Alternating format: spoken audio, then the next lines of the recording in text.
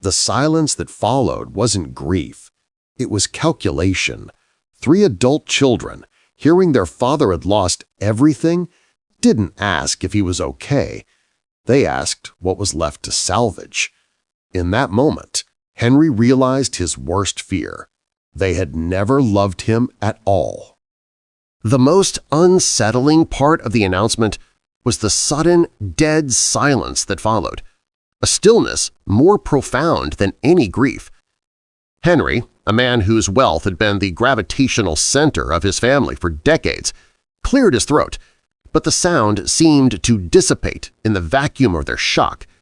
He had just told his 3 grown children, a lawyer, an artist, and a venture capitalist, that his entire fortune was gone, vashed in a series of disastrous, high-risk investments that had wiped him out completely. Their faces, just moments before, alight with easy laughter, had gone ashen, as if he were a ghost. His eldest son, Richard, a man who had built his career on ambition and an expectation of a hefty inheritance, was the first to speak. His voice, normally a confident baritone, was now a strained, high-pitched whisper. "Gone? All of it? But how?" His question was not born of sympathy, but of a desperate, panicked inventory of his own future.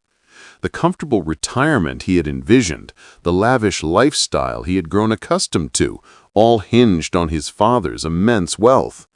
He looked at his father not with concern, but with a betrayed, accusatory stare. His daughter, Clara, a celebrated artist who had always disdained her father's business world, reacted with a theatrical gasp. Her hands flew to her mouth, not in shock, but in a sudden, calculated fear. For years, she had relied on her father's patronage, a steady stream of funds that supported her bohemian lifestyle without a second thought.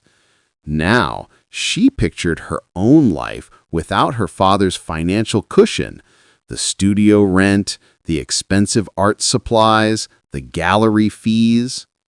Her tears were for the loss of her financial security, not for her father's ruin. The youngest, Mark, the venture capitalist, stood up abruptly and walked to the window, his back to the room. He was the most pragmatic of the 3, and his silence was more damning than any outburst.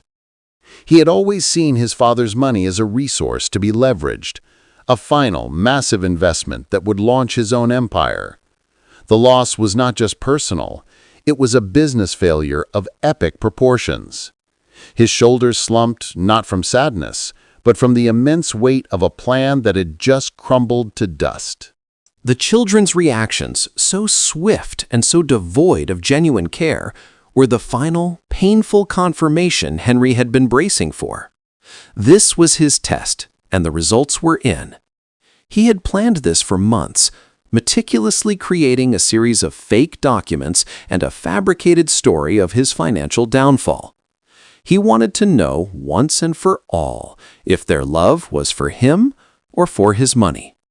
As he watched them, a profound sadness settled over him, the cold, hard truth more devastating than any financial loss could ever be. Over the next few weeks, Henry's life became a master class in watching his children's true colors unfold. Richard, the lawyer, called every day, but his conversations were always a thinly veiled interrogation. He asked for detailed financial records, wanting to know if there was any small asset left, a secret account, anything that could be salvaged. He treated his father's misfortune like a legal case to be solved, not a personal tragedy to be mourned. His voice was laced with a patronizing tone, as if his father's foolishness was a personal slight against him. Clara, the artist, was more dramatic, but equally self-serving. She would show up at his small, rented apartment with a mournful expression, but her visits were always a prelude to a request for money. She claimed she needed funds for an emergency gallery exhibition, for a new series of works, for a life-altering opportunity that she couldn't possibly miss. Her love was a performance that her poverty was a weapon she wielded to get what she wanted. But her father had already seen through her transparent facade. Mark, the venture capitalist, simply vanished. He stopped answering Henry's calls, his text messages went unanswered, and his visits ceased entirely. He had no time for a man who could no longer serve a purpose in his grand scheme. Henry knew this was the most brutal truth of all. Mark's silence was a clear and devastating message. He was a liability, not a son. His ambition had swallowed his heart, leaving him with no room for a man who could no longer be of use. Henry's story was so convincing that even his closest friends, the ones he had built an empire with, had turned their backs on him. They no longer invited him to their lavish parties. His phone went silent. He was a pariah, a man who had squandered his fortune, and in their world there was no greater sin. They were his friends for what he could do for them, and now he could do nothing. His social circle, once vast and vibrant, had shrunk to a small, quiet room. He found himself spending his days alone, reading in the park and drinking coffee at a small diner. The simplicity was a shock to a system, but it also offered a strange kind of peace. He had spent his life surrounded by people who loved his money, and now he was alone, but free. The quiet dignity of his new life was a far cry from the chaotic circus his children had created. He knew the test was working, but the results were more painful than he could have imagined. On a particularly cold and rainy Tuesday, as Henry sat alone in his tiny apartment, there was a knock on the door. It was a young woman he had known for years, the daughter of his former gardener. She was a kind, quiet woman named Clara, who had often stopped to talk with him in his garden. She had heard the rumors about his financial ruin, and she had come to see him. She wasn't there to ask for anything, she was there to offer him something. She held a simple loaf of bread and a thermos of hot tea, her hands trembling slightly in the cold. "My father and I heard what happened," she said softly, her eyes filled with genuine compassion. "We wanted to make sure you were okay." Her love was simple, pure, and without expectation. She didn't know the full extent of his wealth, and she didn't care. She saw a man who was hurting, and she wanted to help. Henry's heart ached with a pain he hadn't felt since the beginning of his test. This was the love he had been searching for, the one he had been so afraid didn't exist. It wasn't an elaborate show of affection.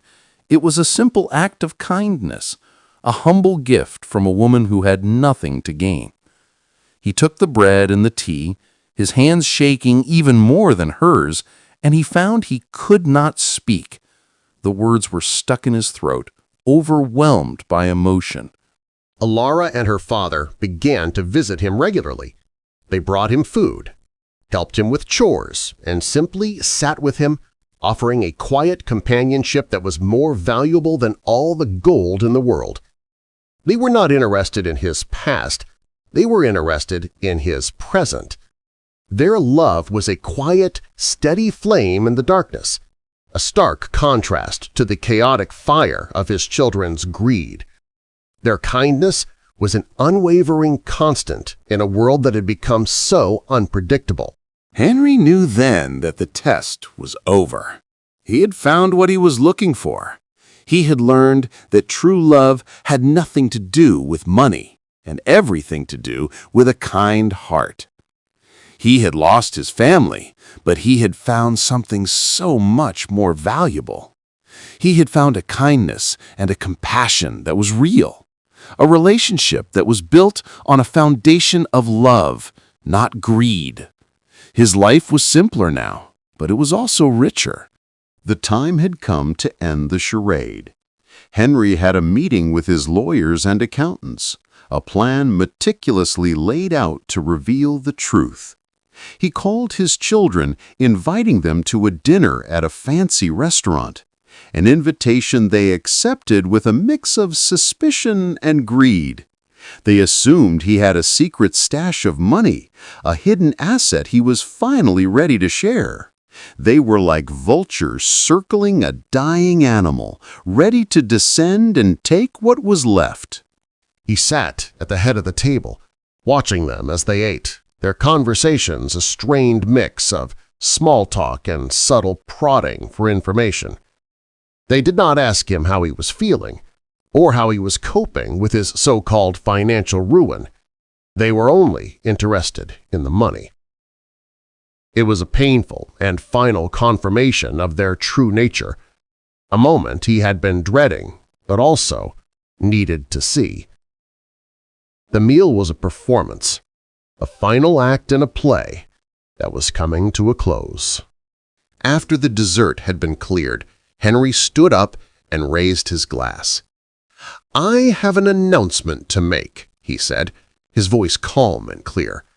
"My dear children, the past few months have been a test of your love for me."